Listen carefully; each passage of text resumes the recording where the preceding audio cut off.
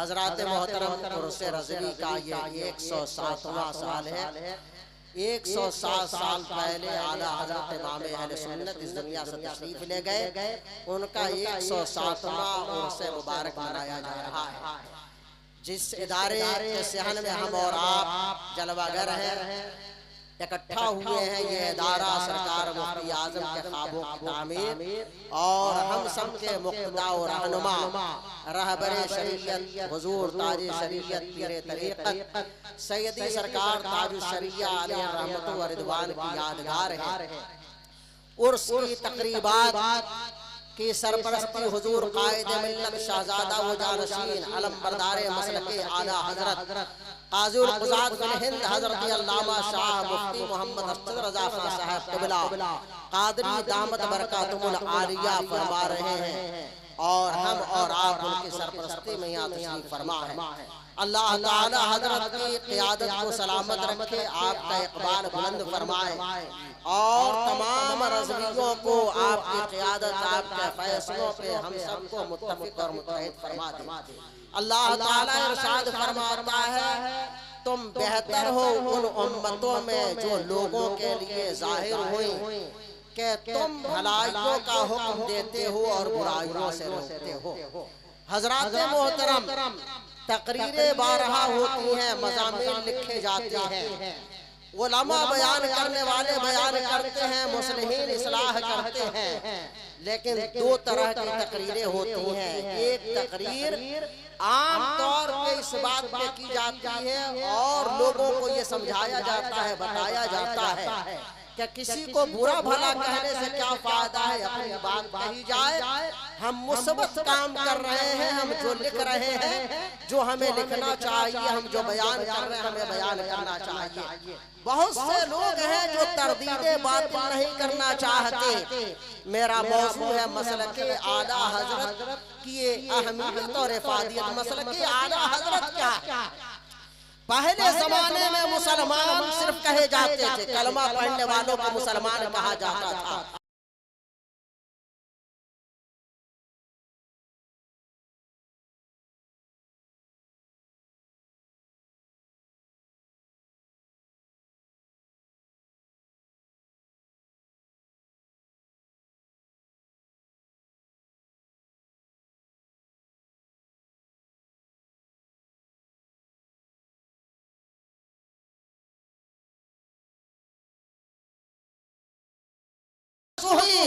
کہ مذہب اسلام کا صحیح تعارف اور صحیح پہچان، ایسا نام استعمال ہونا چاہیے جس کے ذریعے سے پتہ چل جائے کہ صحیح مسلمان کون ہے، غلط کون ہے، صرف نام کا مسلمان کون ہے، صرف سنی کہلانے والا کون ہے۔ وہ تمام لوگ جو مزارات اولیاء اللہ پہ بیٹھے ہوئے ہیں، وہ اپنے آپ کو وہابی نہیں کہتے ہیں، اپنے آپ کو دیوبندی نہیں کہتے ہیں، اپنے آپ کو شیعہ نہیں کہتے ہیں، بلکہ وہ کہتے ہیں کہ ہم خواجہ غریب نواز کے ماننے والے ہیں، ہم قادری ہیں، ہم چشتی ہیں، ہم سہروردی ہیں، ہم سنی ہیں، ہم حنفی ہیں۔ لیکن جب ان کے سامنے وہابیہ کا رد کیا جاتا ہے، جب ان کے مجلسوں میں رافضیوں کے بارے میں کچھ کہا جاتا ہے، جب ان کے سامنے صحابہ کی تعریف و توصیف ہوتی ہے، تو ان کا چہرہ اتر جاتا ہے، وہ کہنے لگتے ہیں کہ مولانا صاحب ہمارے یہاں یہ نہیں ہونا چاہیے، ہم لوگ صوفیہ کی جماعت سے تعلق رکھتے ہیں، ہم کسی کو برا کہنا نہیں اچھا سمجھتے۔ میں کہنا چاہتا ہوں جب ایسا ماحول پیدا ہوا، لوگوں کی ذہنیت اس طرح کی بننے لگی، تو ہمارے علماء نے کہا کہ بلا شبہ ایسے لوگوں کا رد ہونا چاہیے، اور ایسے موقع پر پہچان کے لیے ہمیں کوئی ایسا نام استعمال کرنا چاہیے جس کے ذریعے پتہ چل جائے کہ سچا سنی کون ہے اور جھوٹ موٹ میں سنیت کا نام کون بدنام کر رہا ہے۔ ایسے موقع پر ہمارے علماء نے، اور ہم جیسے مولویوں نے نہیں، آج کے زمانے میں تو چھوٹے موٹے جس کو دیکھ لیجئے، جس مولوی صاحب کو دیکھئے تحقیق کے نام پر جو 2-4 صفحہ لکھ لیتا ہے، اردو درست نہیں ہے، وہ کہتا ہے ہم نے یہ تحقیق کیا ہے، ہماری تحقیق کے مطابق ایسا ہونا چاہیے، بلکہ بہت سے نام نہاد ایسے قلمکار محققین اعلیٰ حضرت تک کو ٹارگٹ کرتے ہیں. بہت سارے کہتے ہیں کہ امام اعظم سے یہ بات پوشیدہ رہ گئی ہوگی, انہوں نے تحقیق نہیں کیا ہوگا. آپ جانتے ہیں فتاوی رضویہ کو پڑھی آپ کو پتا چلے گا. صدر الافاضل کو کون نہیں جانتا ہے جنہوں نے کنز الایمان شریف پہ حاشیہ لکھا ہے. کوئی معمولی بات نہیں ہے. کسی ایک آیت کا ترجمہ صحیح کر دینا آسان کام نہیں ہے. جس نے کنز الایمان کا حاشیہ لکھا وہ مفسر قرآن صدر الافاضل ہے. مفسر قرآن جیسے لوگ, برہان ملت جیسے لوگ, اور ملک العلماء جیسے لوگ, علامہ سید سلیمان اشرف بہاری جیسے لوگ مسائل میں اعلیٰ حضرت کی طرف رجوع کرتے ہیں. مسائل میں اعلیٰ حضرت کی طرف رجوع کرتے ہیں.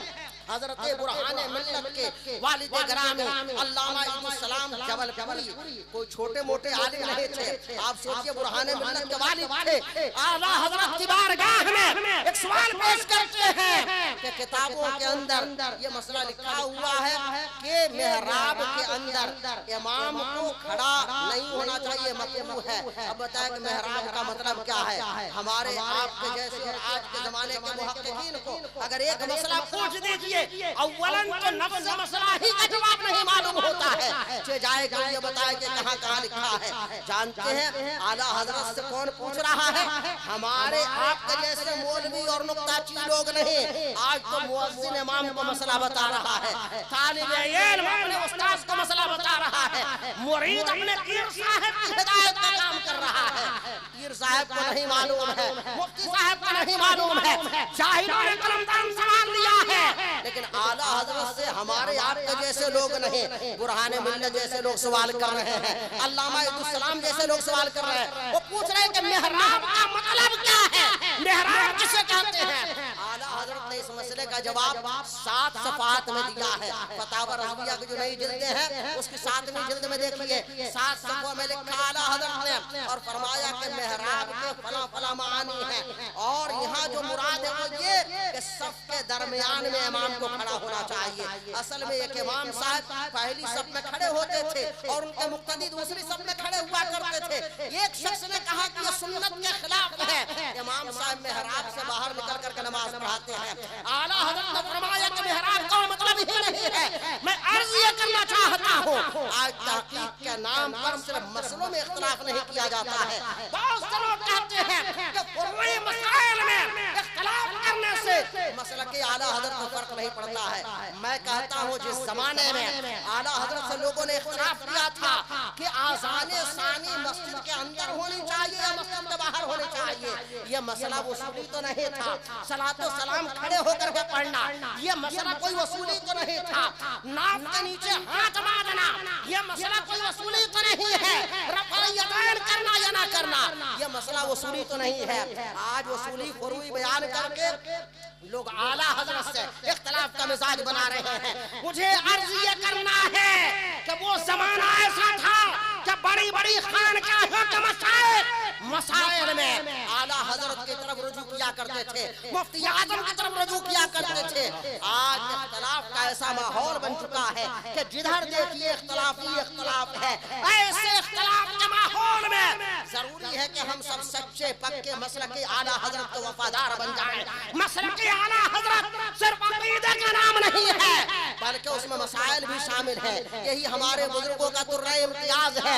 ورنہ اگر فروعیات کو نکال دیا جائے تو آپ بتائیے فتاوی رضویہ میں کئی فیصد مسائل ہیں جو صرف عقیدے سے متعلق ہیں. فتاوی مصطفیہ اور ہمارے جتنے مسئلے ہیں, چاہے ٹی وی ویڈیو کا مسئلہ ہو, مائک پہ نماز کا مسئلہ ہو, چلتی ٹرین پر مسئلہ ہو, اس طرح کے بے شمار مسائل ہیں.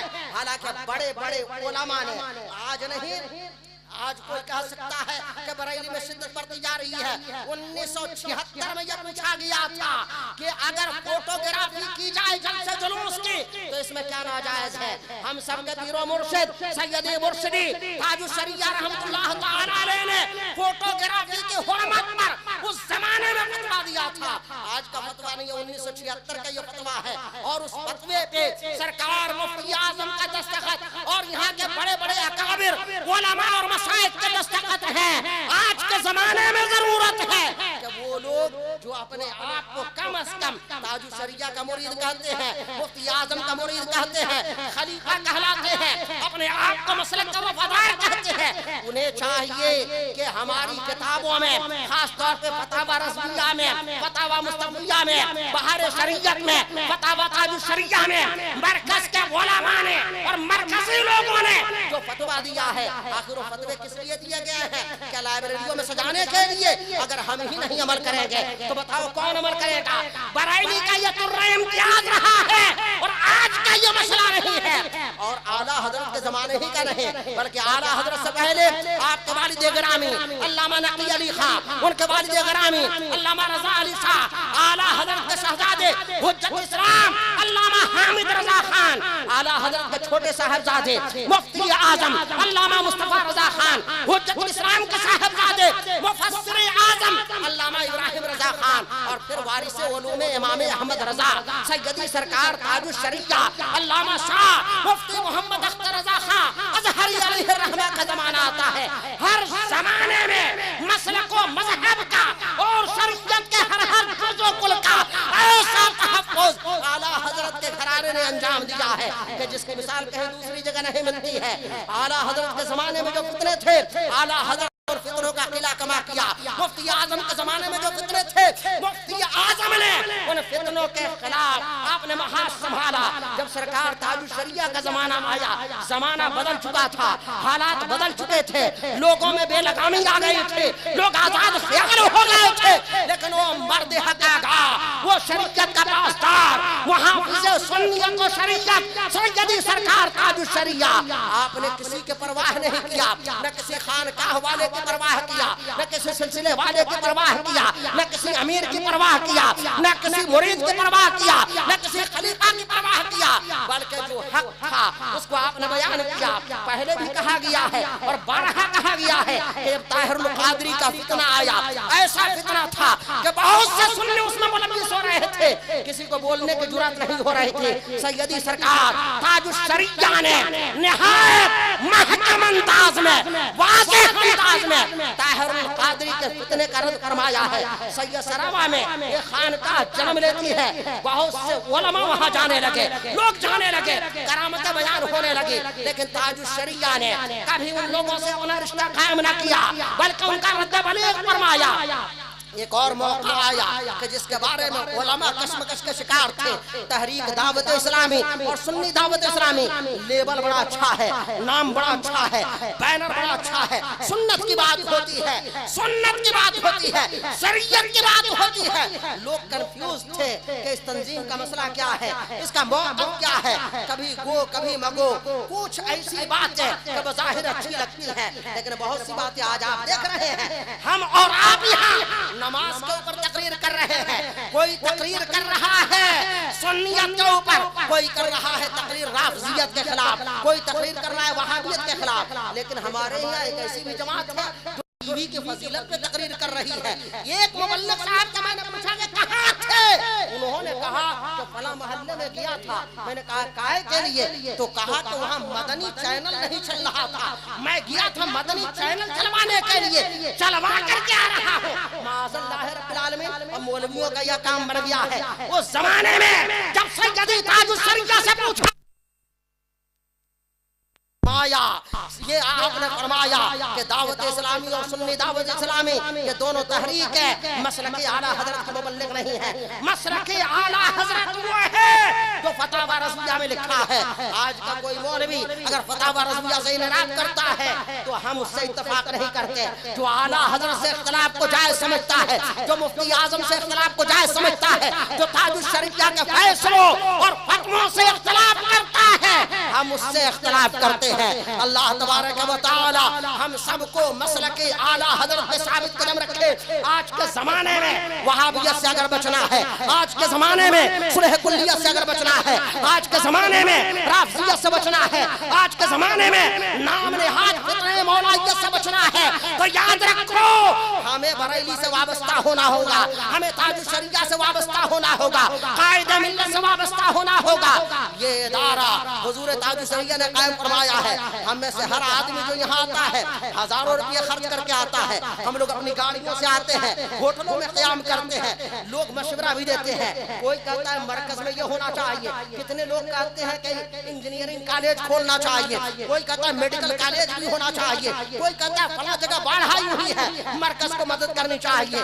جو مطالبات آدمی کو گورنمنٹ آف انڈیا سے کرنا چاہیے تھا، جو مطالبہ آدمی کو عرب پتیوں سے کرنا چاہیے تھا، جو مطالبہ آدمی کو تجار سے کرنا چاہیے تھا، وہ مطالبہ مرکز سے کیا جاتا ہے۔ میں کہنا چاہتا ہوں جتنے عقیدت مند ہیں اعلیٰ حضرت کے تاج الشریعہ کے، اگر ہر عرس کے موقع پر صرف 100 روپیہ جامعۃ الرضا کا تعاون کر دیں تو جامعۃ الرضا کے تمام جو مراحل ہیں اور منصوبے ہیں انشاءاللہ تعالی وہ جلد پورے ہو جائیں گے۔ ہاسٹل بن رہا ہے، یہ مسجد حامدی کئی سالوں سے بن رہی ہے۔ آپ بتاؤ ہم ہوٹلوں میں آرام سے کھاتے ہیں، آرام سے رہتے ہیں، ہمارا مطالبہ ہوتا ہے کہ ہمارے ساتھ یہ فیسلٹی ہونی چاہیے، ہمیں یہ رعایت ملنی چاہیے۔ کیا ہمارا بھی کچھ فرض ہے کہ جس مرکز کے نام کا ہم نعرہ لگاتے ہیں یہ جتنے علماء ہیں ہماری پہچان بریلی ہے، ہماری شناخت کا نام مسلک اعلیٰ حضرت ہے۔